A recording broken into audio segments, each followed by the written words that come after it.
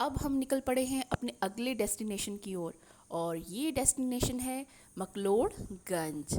देखिए कितना सुहाना मौसम, बढ़िया। धर्मशाला में इतनी ज़्यादा गर्मी थी, अब जैसे जैसे हम ऊपर की तरफ जा रहे हैं वैसे वैसे मौसम बदल रहा है।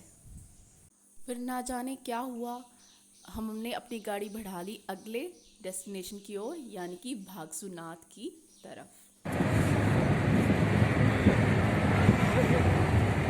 हम पहुंच गए हैं भागसूनाथ की मार्केट में।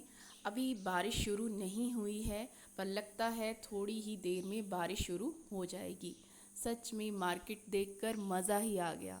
बहुत ही सुंदर सुंदर प्रोडक्ट थे। यहाँ आपको बार्गेनिंग करनी पड़ेगी और इस मार्केट में आपको कुछ यूनिक प्रोडक्ट देखने को मिलेंगे जो धर्मशाला की मार्केट में नहीं होंगे। भागसूनाथ में पहली बार जब मैं 6th क्लास में पढ़ती थी तब आई थी यहाँ स्कूल ट्रिप में। उसके बाद भी काफ़ी आना जाना लगा रहा। और मेरा अभी लास्ट विज़िट था 2013 में, जिसमें मैं अपने स्टूडेंट्स के साथ यहाँ आई थी। तो काफ़ी सालों के बाद आना, और वो भी सावन के महीने में, बहुत ही अच्छा लग रहा था। और मार्केट देख के तो वैसे ही मेरा मन मचल उठता है, और यूनिक प्रोडक्ट्स देखकर। सच में यहाँ आपको क्राफ्ट से रिलेटेड बहुत सारी चीज़ें देखने को मिलेंगी। मुझे सबसे बेस्ट जो लगती है वो है भागसूनाथ और मकलोडगंज की मार्केट, जिसको मैं पैदल विज़िट करना ही पसंद करती हूँ। तो अभी हम पहुँच गए हैं मंदिर के पास। यहाँ पहुँच के मन को बहुत ही अच्छा लग रहा था, और हल्की हल्की बारिश भी शुरू हो गई थी। यहाँ टूरिस्ट का रश बहुत ज़्यादा रहता है, पर आजकल बरसात का सीज़न है, रोड थोड़े ख़राब हैं, इसीलिए टूरिस्ट थोड़े कम दिखाई दे रहे थे। पर अब हम जा रहे हैं वाटरफॉल की तरफ, जो मुझे सबसे बेस्ट लगता है। वाटरफॉल देखने के लिए मैं और मेरी सिस्टर इन लॉ का बेटा ही जाएंगे, बाकी यहीं रेस्ट करेंगे, क्योंकि हल्की हल्की बारिश शुरू हो गई है और बच्चे को साथ लेकर जाना थोड़ा रिस्की है। वो दूर सामने दिखाई दे रहा है भागसूनाथ का वाटरफॉल, और यहाँ से मुझे लगता है कि ये 1.5 या 2 किलोमीटर का ट्रैक है, और बहुत ही सुंदर दृश्य के साथ आप इसका मज़ा ले सकते हैं। ये ट्रैक देखने में जितना इजी लग रहा है उतना ही खतरनाक है, क्योंकि यहाँ कोई पता नहीं कब कहाँ ऊपर से चट्टानें गिरना शुरू हो जाएं।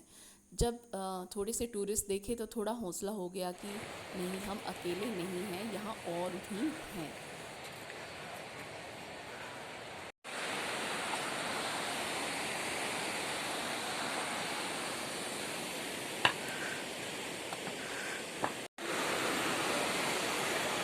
आवाज़ सुनिए, वो है दूर वाटरफॉल, और ये पहाड़ियाँ।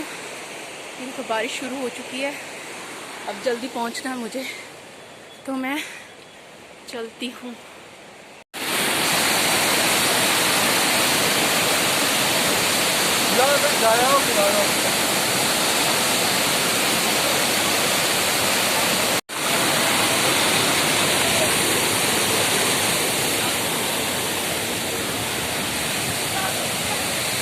मैं का पानी बढ़ ना जाए।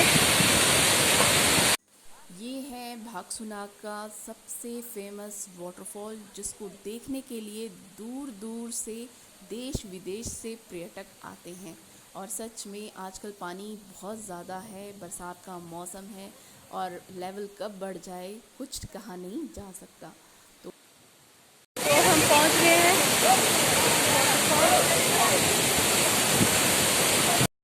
अब आप देखिए यहाँ से जाने का रास्ता कितना डेंजरस है। ज़रा सा भी पैर फिसला तो आप सीधे नीचे खाई में गिरेंगे। तो बड़े संभल के यहाँ चलना पड़ता है, और यहाँ बहुत ज़्यादा हादसे हो भी चुके हैं। अब हम जा रहे हैं वापस। एक्चुअली बारिश बहुत ज़ोरों से शुरू हो गई है और मेरे पास छाता नहीं है।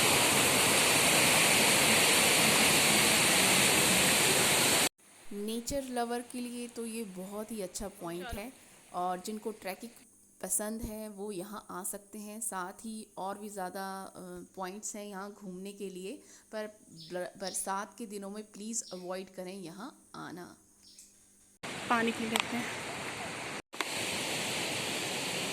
हमने ये ट्रैक 20 या फिर 25 मिनट में कवर किया है और बड़ा ही अच्छा लगा।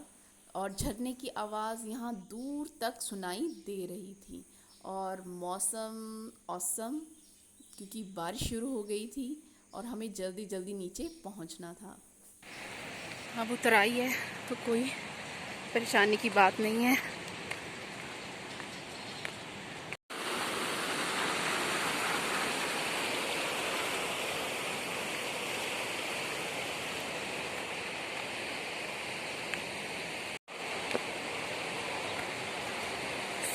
सिया के पापा और सिया की बुआ, उनको हम नीचे ही छोड़ आए मंदिर के पास और हम दोनों आ गए यहाँ वाटरफॉल देखने के लिए। सच में मन को बहुत ही ज़्यादा शांति मिली। एक्चुअली बड़े दिनों के बाद घर से निकलो तो एक बहुत ही रिलैक्सिंग सा फील होता है। तो साल में एक बार तो घूम ही आना चाहिए।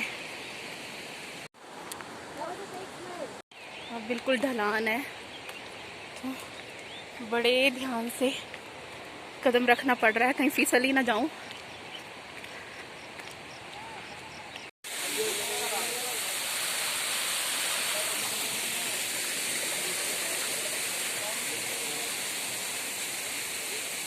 यहाँ आपको रास्ते में खाने पीने की बहुत सारी शॉप्स मिल जाएंगी।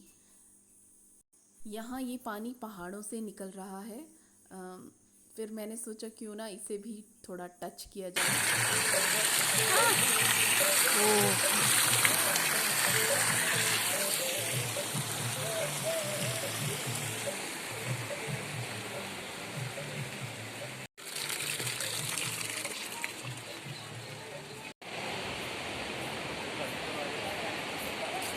अब हम पहुंच गए हैं वापस इस एडवेंचरस वाटरफॉल को देखकर।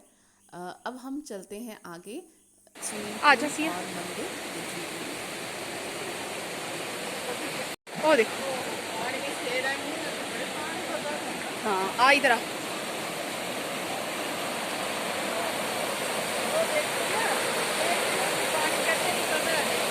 वो देखो,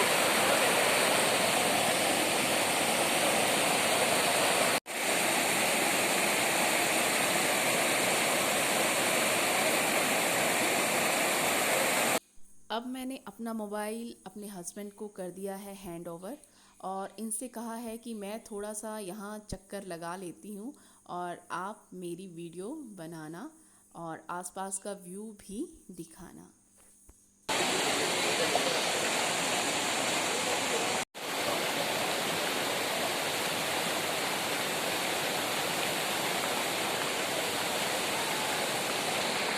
आजा निकाल के आजा।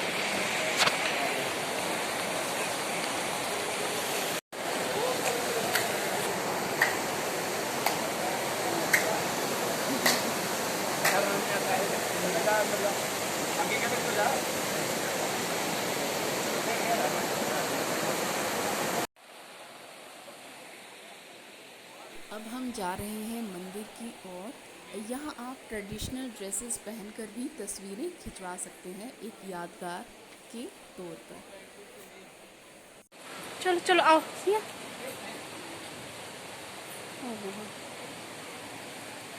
सावन के महीने में इस मंदिर में बहुत ज़्यादा रश रहता है, पर आज मंगलवार है इसलिए रश थोड़ा कम है और हम जा रहे हैं अब मंदिर के अंदर। आज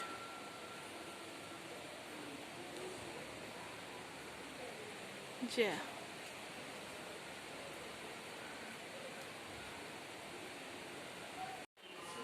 ओम नमः शिवाय।